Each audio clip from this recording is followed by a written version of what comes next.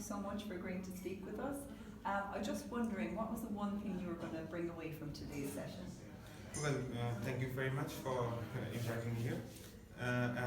The first thing that I want to take away from this course is that to think beyond the normal box of teaching, go think beyond the box, and to be more creative with the teaching, and to reach to maximum number of people, and to diversify my teaching ability so that the students who also have some diversified profile I can reach to them and get them, and I can make them understand about the topic.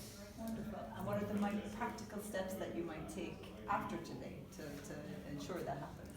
Okay, so most as taught as today, as shown in the lectures, that to engage them into different activities, mostly made some small groups so that they could interact with each other properly, and I would like to do more practical examples along with the teaching.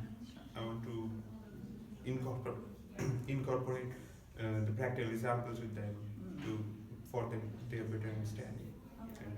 That's wonderful. Thank you so Thank much you for very sharing much. that with us. Thank you. Thank you.